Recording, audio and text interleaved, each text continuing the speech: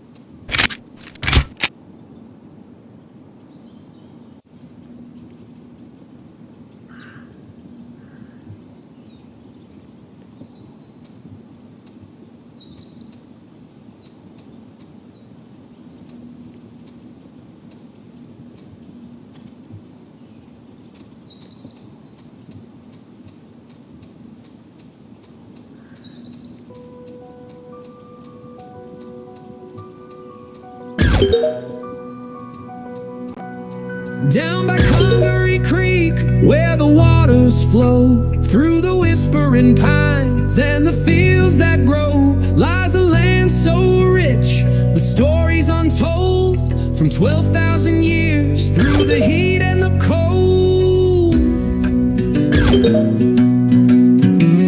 The land was a cradle for those who came, Cherokee and Catawba, they made their name, trading their wisdom in the wildest of lands. Their spirits still walk on these ancient sands. Oh, the 12,000-year history park, where the past and the present leave their mark. From the time of the tribe.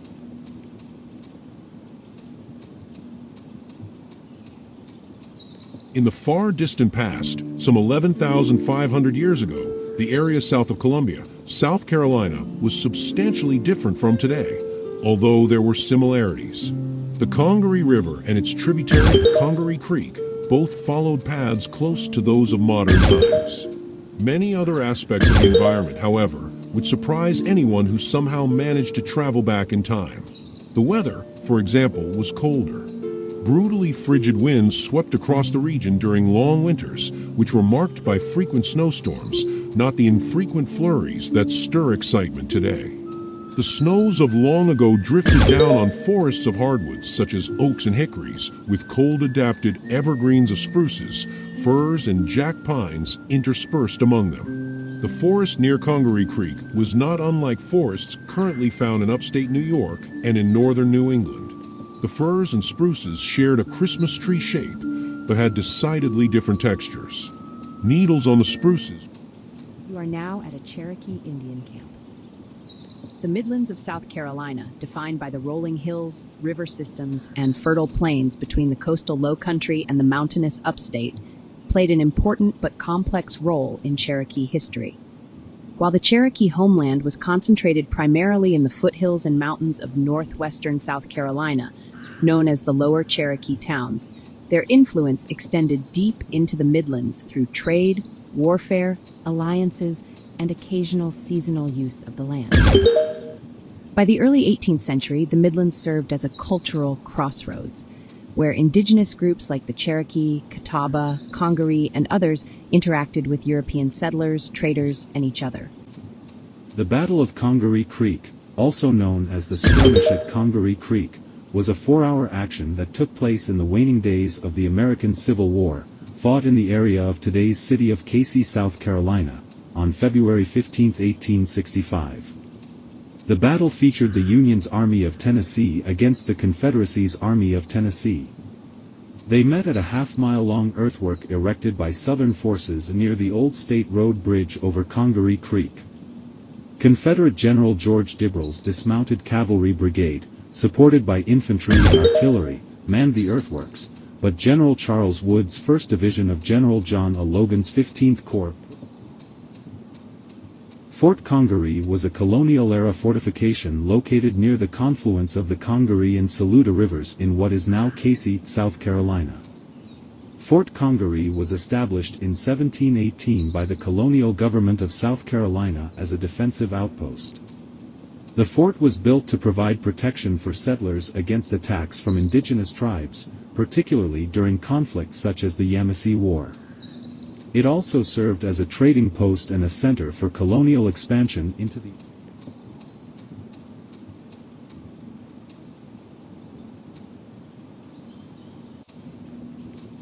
The Archaeological Society of South Carolina and the South Carolina Institute of Archaeology and Anthropology initiated archaeological efforts to find Fort Congaree I in the 1970s. In 1974, archaeologists and volunteers from the society discovered an 18th century site on the northwest side of Congaree Creek. A motor grader was used to mechanically strip several trenches through the plow zone from what was then an agricultural field. A concentration of 18th century artifacts were identified through these efforts. Mean ceramic and pipe stem dating of the artifact assemblage suggested an occupation dating to the 1740s. This was too new to be the first Fort Congaree, but it made sense for the lost settlement of St. John's. St. John's existed from about 1750 to 1796, when a large flood would have destroyed it. Based on a late 18th century survey, the St. John's settlement was a compressed set of buildings that were probably enclosed by a wall for protection.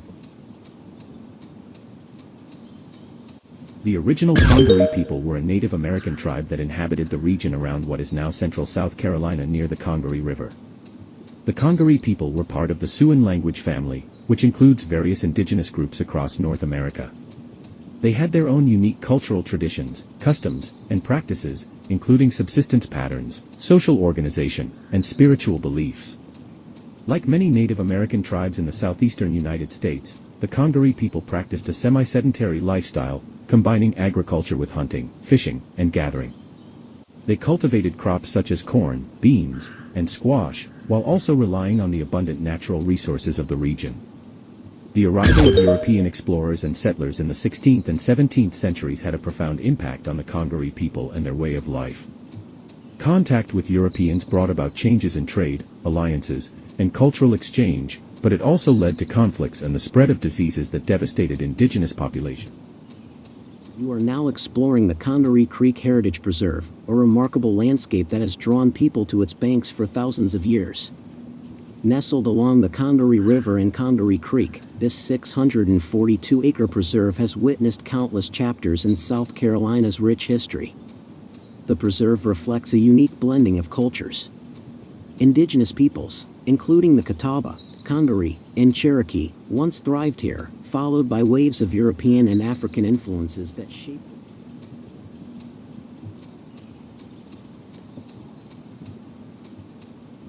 Welcome to the clay pits.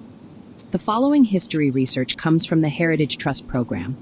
After the American Civil War, as cotton cultivation gradually resumed in the environs of Congaree Creek Heritage Preserve, a new activity left a mark on the landscape: clay mining. The same earth the Confederate Army used to build earthworks to protect Columbia from the Union onslaught became a resource to rebuild the fallen city. Opened in the 1880s under the direction of an entrepreneurial young man named Gabriel Alexander Guignard, the clay pits along Congaree Creek provided the raw material for the locally significant and nationally renowned Guignard brickworks well into the 20th century. In the early 19th century, the Guignard family developed a plantation in West.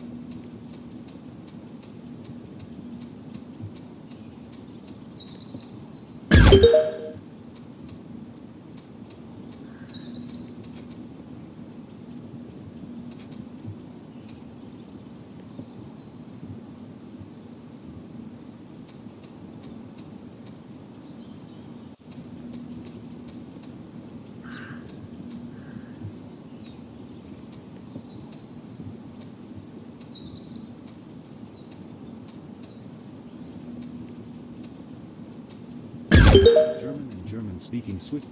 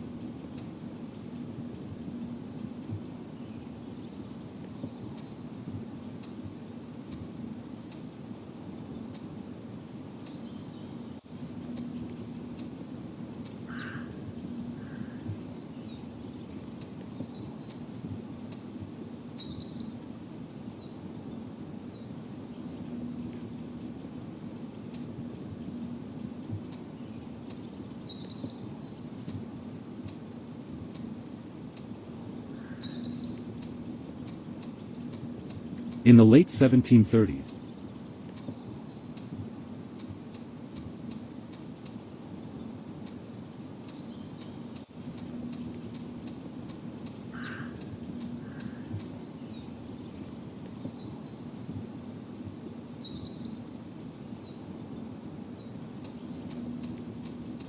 important actions of the royal government was the Township Act of 1730.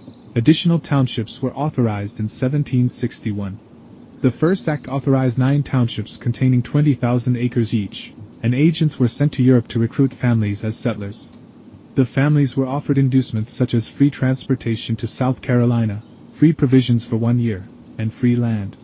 The townships neither created nor kept records. Their functions were solely geographical.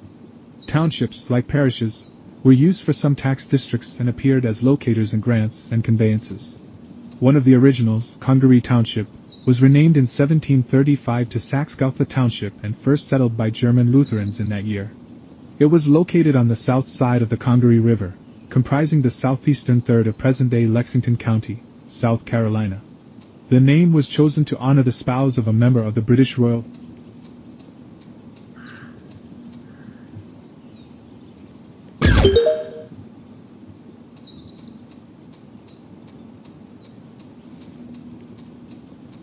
1730s, German and German-speaking Swiss people began to arrive in South Carolina's first backcountry settlement of Saxe-Gotha. Among them was a minister named Christian Theus. Around 1740, Theus built the St. John Church in the middle of the Saxe-Gotha town lots on the Congaree River. Unlike other churches, the settlers were allowed to bring their African-American slaves to the church services. In 1761, a strange religious group formed that would become known as the Weberites. Their leader was Jacob Weber, who owned a lot on the south end of the Saxe-Gotha town. Jacob believed he was God, while other members thought they were Jesus, the Virgin Mary, the Holy Spirit, and one man even believed he was Satan. Many immoral activities began to develop, including murder. When Christian Theus learned of this, he confronted the group, and they restrained him. While arguing about how they should kill Theus by hanging him or drowning him in the Congaree River,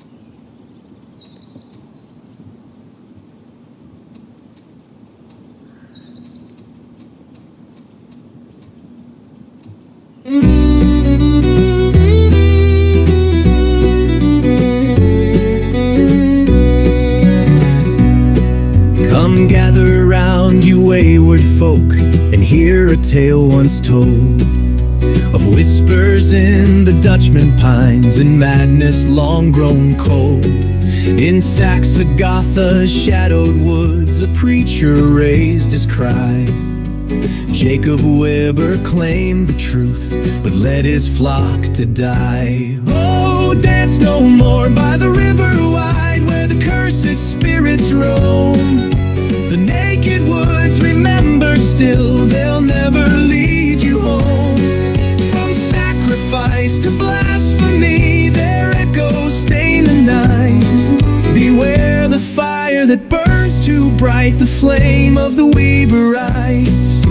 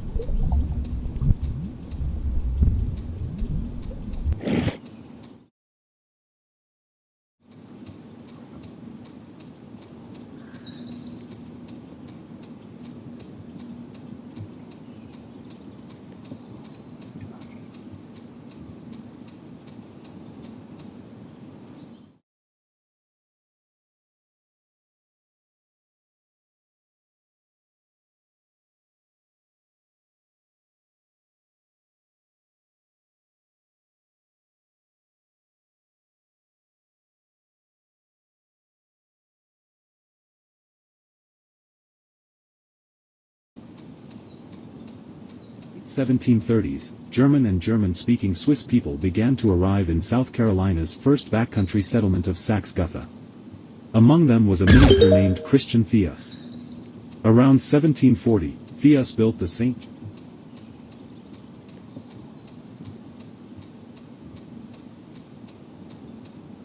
And important actions of the royal government was the township.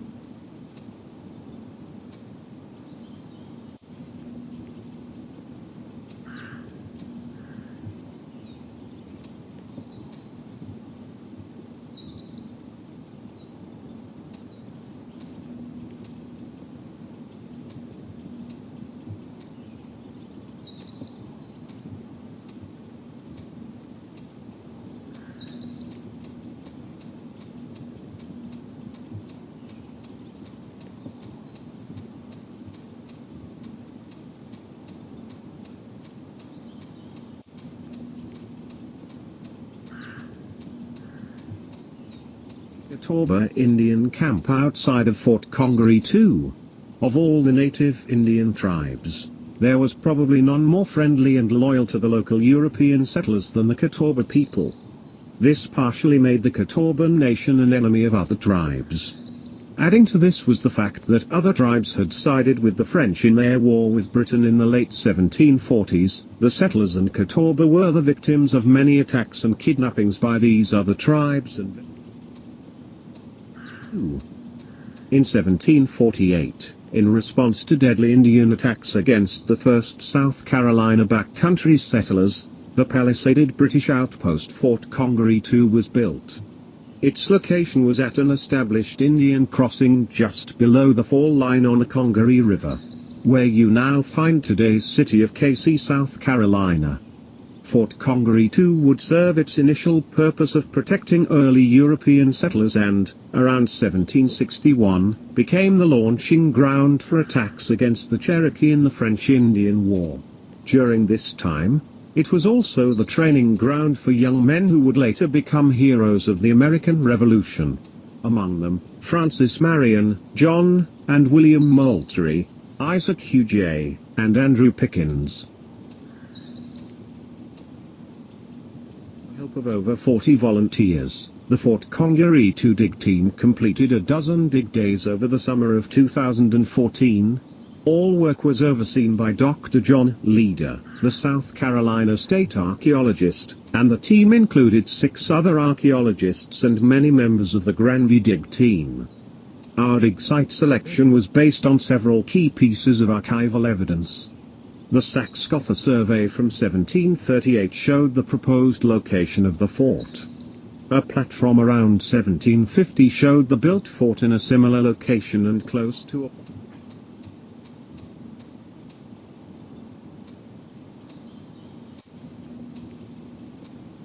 In 1748, in response to deadly Indian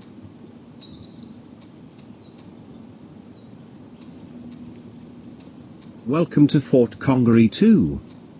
In 1748, in response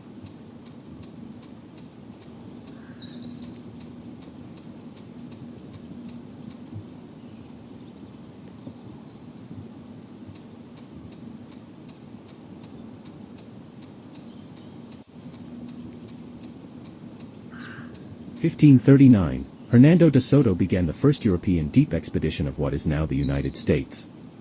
In his 10 ships were 700 Spanish and Portuguese men. Among them were 3 men who would chronicle the expedition, making this the beginning of recorded history in the area of today's United States of America. Lies Hernando of Spain to record the expedition. Biedma's work was 10,000 words long. An unnamed Portuguese man from Elvas kept the second account, which was 50,000 words long. The private secretary of de Soto,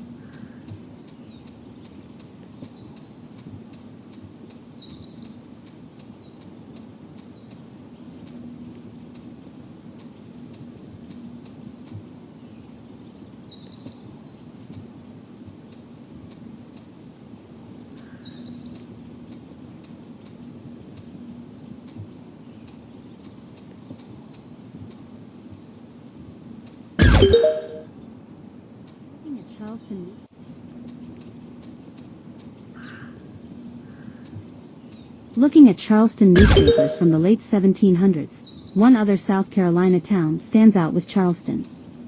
It's a place most South Carolinians today have never even heard of. Every day through Looking at Charleston newspapers from the late 1700s.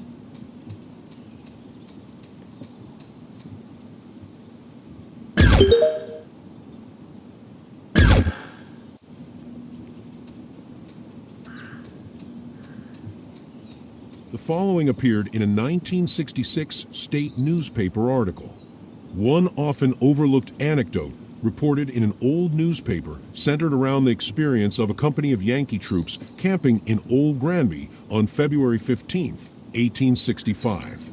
This was just after the Battle of Congaree Creek and before the burning of Columbia.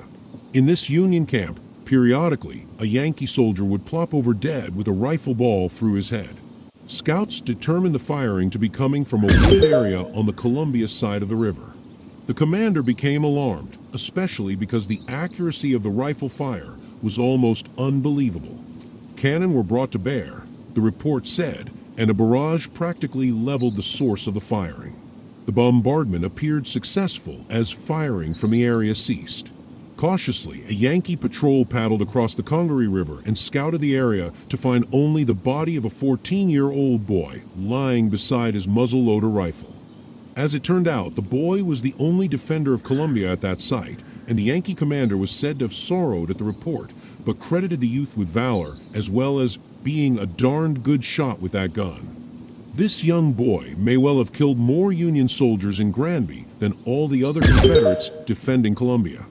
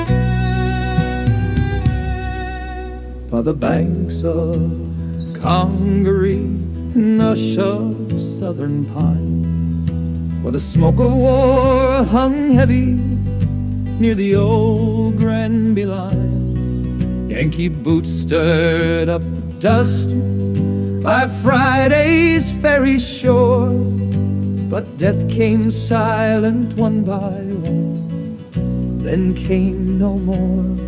A rifle cracked from shadowed woods across that swelling stream. Men fell like wheat in harvest time, struck down mid-dream. The captain cursed the unseen hand, so deadly and so sly, and vowed to flush the sniper out, or else he'd die. Oh, the boy from Granby Landing, just 14 and alone, with a muzzle-loader rifle and a heart of Caroline stone. They brought their guns and thundered loud, turned trees to ash and flame, but found a child in homespun cloth who'd earned a soldier's name. The cannon roared from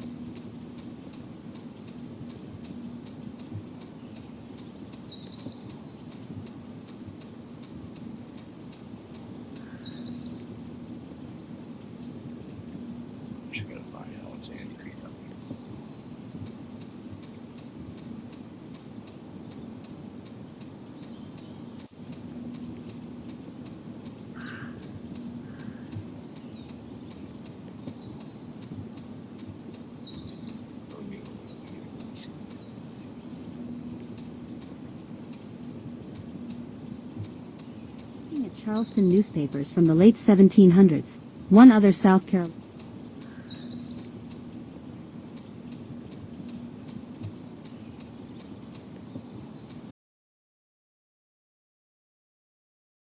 Speaking Swiss people began to arrive in South Carolina's first backcountry settlement of Saxe-Gotha.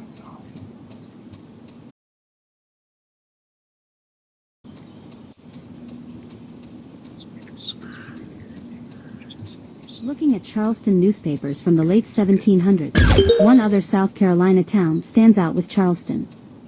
It's a place most South Carolinians today have never even heard of. Every day through the colonial period, goods were being moved back and forth from Charleston up the Cooper, Santee, and Congaree rivers to as far as the boats could go.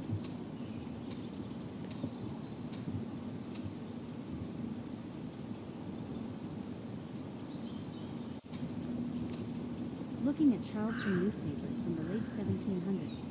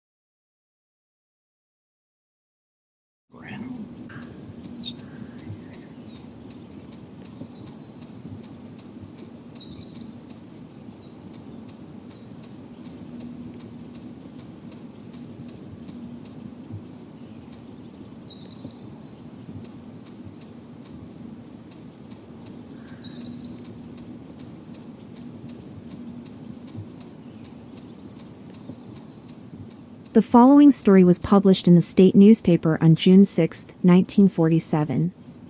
It was titled Down to the Sea from Columbia and written by Thomas K. Evans. Hard-working World War II LCTs, from the invasion of Normandy, plying the Congaree River bring Columbia's age-long dream of being an inland port a step closer to reality. Columbia, city by the sea, is an established fact.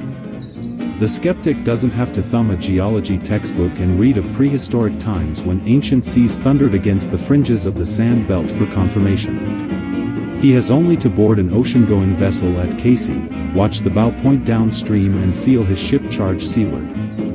It isn't a trip for the impatient, though. Even the most careful and river-wise skipper can give you an impressive total of the number of times he has plowed into hidden sandbars or rammed unyielding snags. A lot of cruising time is spent spinning, churning, and thrashing about on obstacles. But the dream of Granby Locks and Dam on the Congaree River were constructed between 1893 and 1904 at a cost of $250,000.